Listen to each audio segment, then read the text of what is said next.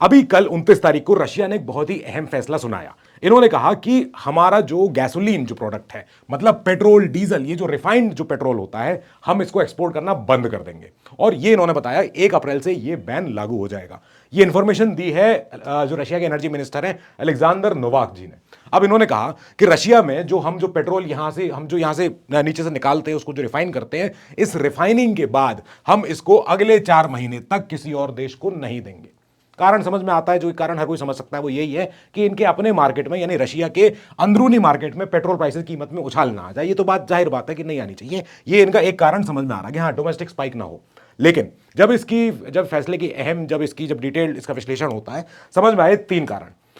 सबसे पहला तो पुतिन जी का एक स्ट्रिक्ट डायरेक्टिव। इन्होंने बोला कि सबसे इंपॉर्टेंट ये है कि जो देश में महंगाई है, ऑफ कोर्स जो इन्फ्लेशन जो होता है, तो इन्फ्लेशन का बढ़ना और पेट्रोल प्राइस का बढ़ना, इसमें कहीं पेट्रोल प्राइस ऊपर ना निकल जाए, यानी कि keep the rates of fuel prices under inflation. किसी भी तरह से हमें इन्फ्लेशन के नीचे ही रखना है इसकी फ्यूल प्राइसेस की उछाल। ठीक, पहली बात तो ये। अब इनका ऐसा भी कहना क्यों था? तो रशिया में अभी सीजनल डिमांड आने वाली है।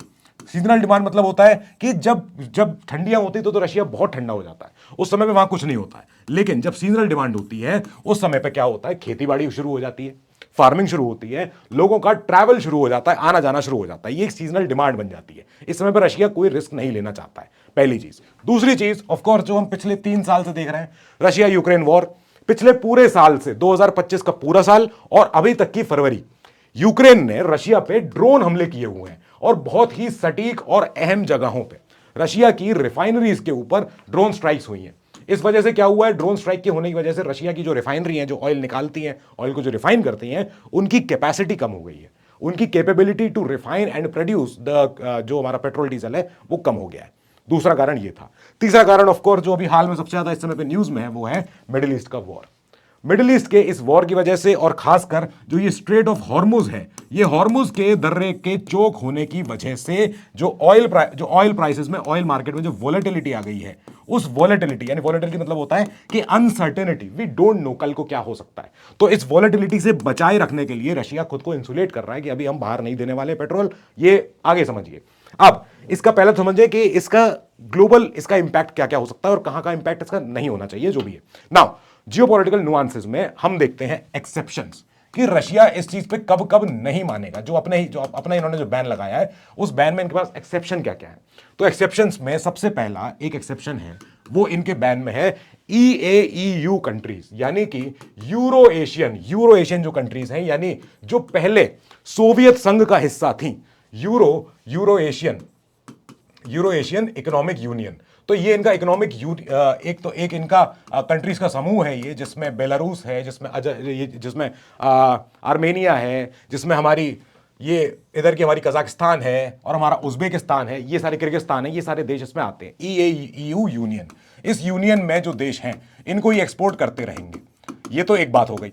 दूसरा, इन्होंने कहा जहां जहां हमारा पर्सनल टाई अप है, जहां जहां हमारे बाइलेटरल रिश्ते हैं, वहां पे इस बैन से कोई दिक्कत नहीं आएगी। फॉर एग्जांपल कजाकिस्तान और हमारा मंगोलिया, तो इन 2 देशों में कोई दिक्कत नहीं आने वाली है, यहां पे हम भेजते ही रहेंगे।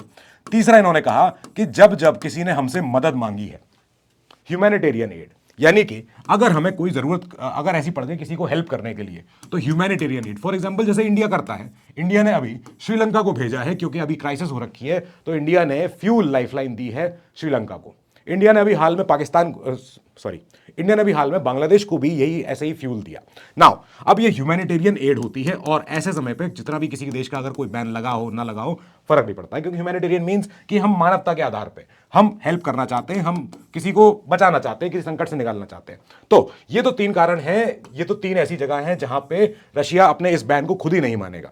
नाउ इसका सबसे बड़ा एक एग्जांपल पहले तो हम लें कि ग्लोबल मार्केट में क्या होगा। सबसे इंपॉर्टेंट बात यह है कि ग्लोबल मार्केट में रशिया कोई छोटा प्लेयर नहीं है। ऑयल एक्सपोर्ट्स के मामले में Russia 1,17,000 barrels per day export करता रहा है पिछले साल। बैरल्स पर डे, ये इनका एक्सपोर्ट था पिछले साल तक। नाउ समझने वाली बात यह है कि इन्होंने 5 मिलियन मीट्रिक टन जो ऑयल बेचा था 2025 में, उसमें सबसे पहले चाइना था, इंडिया हुआ, टर्की हुआ, EU हुआ, इन सारे देशों को इन्होंने दिया। हालांकि इंडिया तो इंपोर्ट बार्टर कम हो गया क्योंकि हमारे ऊपर सैंक्शन लग गए थे पिछले साल, वो भी एक दिक्कत आई थी। नाउ अभी हम देखते हैं इसका दूसरा एक चीज, ये बहुत इंपॉर्टेंट है कि ये जो मिडिल ईस्ट में जो वॉर हो रहा है, मिडिल ईस्ट के वॉर की वजह से क्या होगा, एक रिस्क प्रीमियम जुड़ जाएगा, क्योंकि भैया अब तो रशिया भी मना कर रहा है बाहर देना, ये बहुत बड़ी बात होने वाली है। यानी कि ऑलरेडी पेट्रोल की सप्लाई चोक हो रखी है हॉर्मुज के दर्रे की वजह से, इधर रशिया भी मना कर दे, तो ये जो टाइटनिंग हो रही है, यानी रशिया ने जो बैन किया है कि भैया हम तो नहीं बाहर देने वाले, इससे एक रिस्क प्रीमियम ऐड हो जाएगा पेट्रोल की प्राइस पे। अब इसका इंपैक्ट कहां आएगा? सबसे पहले हम इंडिया में देखते हैं कि इंडिया के लिए इसमें रिस्क कितनी है। सबसे पहले बात समझिए कि इंडिया जब ये तेल ऐसे खरीदता है तो इंडिया कच्चा तेल खरीदता है, यानी इंडिया क्रूड ऑयल खरीदता है और उसको अपने यहां पे रिफाइन करता है। हमारी कई सारी ओएमसीज कंपनियां हैं, ओएमसीज ऑयल मार्केटिंग कंपनी, जैसे रिलायंस हो गई, गेल हो गई, इंडियन ऑयल हो गई, भारत पेट्रोलियम हो गई, ओएनजीसी हो गई, ये सारी कंपनीज क्या करती हैं, कच्चा तेल खरीदती हैं, इसको रिफाइन करती हैं, फिर इसको कहीं यूरोप को, कहीं और को, जो हमारा बांग्लादेश है इसको, श्रीलंका, इनको फिर दे दिया जाता है। नाउ इंडिया में जो तेल आता है वो होता है कच्चा, पहली बात तो क्रूड ऑयल। और रशिया ने बैन किस पे लगाया? रशिया ने बैन लगाया है हमेशा पेट्रोल और डीजल पे, अभी तक पेट्रोल एंड डीजल पे, यानी उन्होंने रिफाइंड प्रोडक्ट पे बैन लगाया। तो इंडिया थोड़ा इंसुलेटेड तो है ही इससे, पहली चीज तो ये।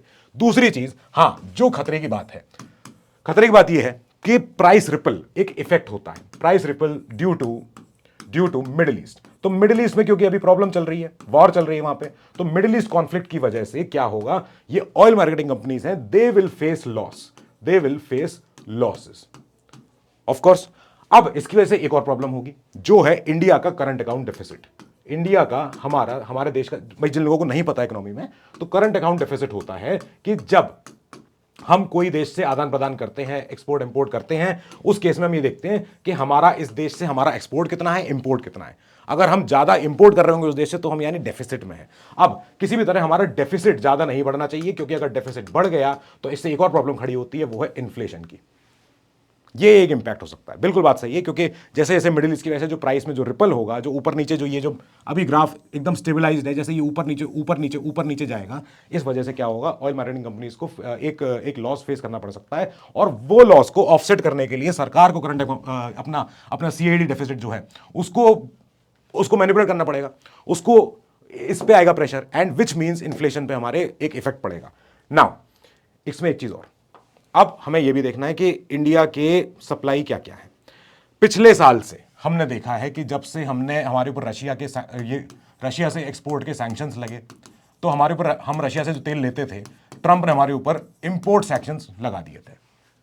उसकी वजह से इंडिया ने एक चीज शुरू करी कि हम डाइवर्सिफाई कर देते हैं, चलिए हम एक काम करते हैं, हम अपने सैंक्शन से बचने के लिए हम और देशों से डील करते हैं, किसी तरह हम और रास्ते निकालते हैं कि किसी तरह ऐसा नहीं हो कि हम ही बीच में फंस जाएं और बाकी सारे देश हमें देखते रहें।